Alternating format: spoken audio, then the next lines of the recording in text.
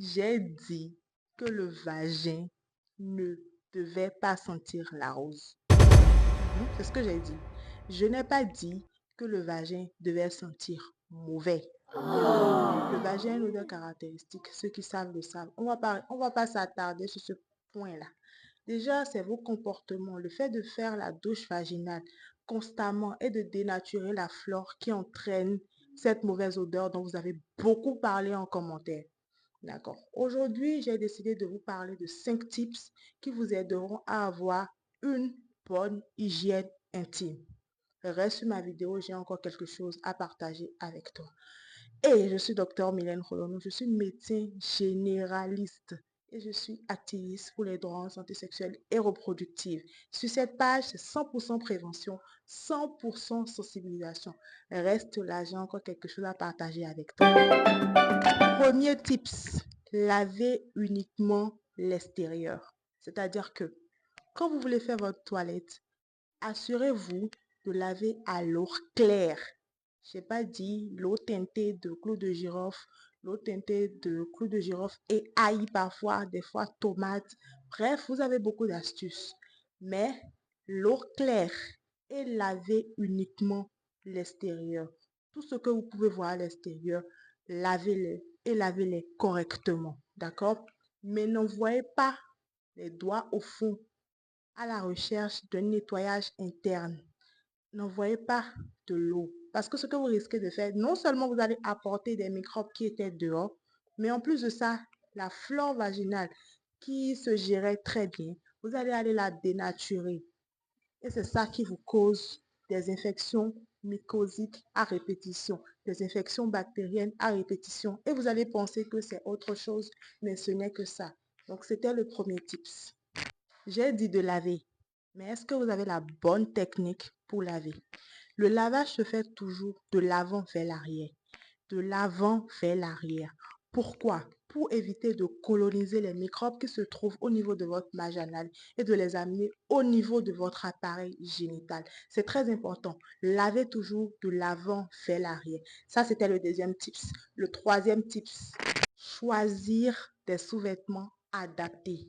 Oui, oui, oui, oui. Bon, on ne vous a jamais refusé de porter des lingeries, des sous-vêtements fantaisistes. On n'a pas refusé. Mais priorisez des sous-vêtements qui sont faits en coton. Pourquoi? Pour permettre d'aérer, même quand vous avez un sous-vêtement, toute la zone vaginale. Pour éviter de transformer, d'amener beaucoup de chaleur au niveau de votre appareil génital et de créer d'autres problèmes plus tard. D'accord? Priorisez des sous-vêtements en coton et surtout confortables, s'il vous plaît. Quatrième tips. Et ça là, je sais que vous l'attendiez. Pendant les règles, pendant les menstruations, qu'est-ce que je vous conseille?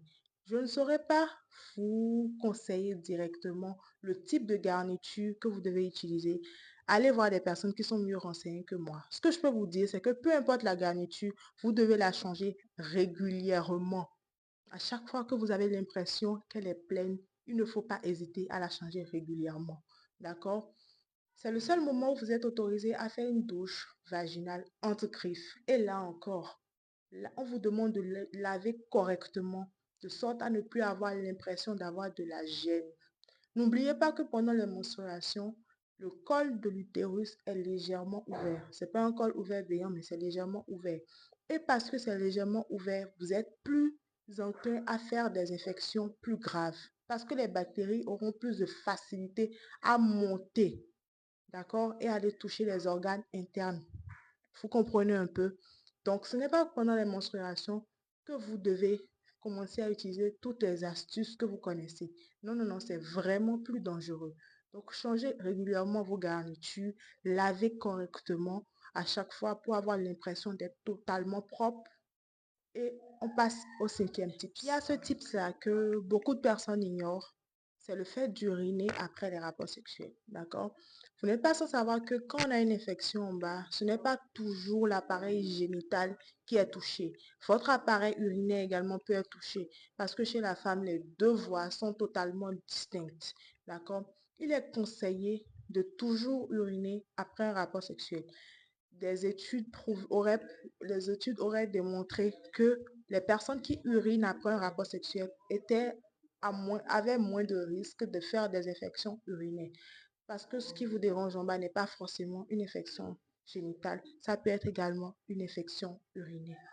Merci d'avoir suivi cette vidéo. Abonne-toi, like et partage. Comme d'habitude, partage à quelqu'un qui en a peut-être besoin.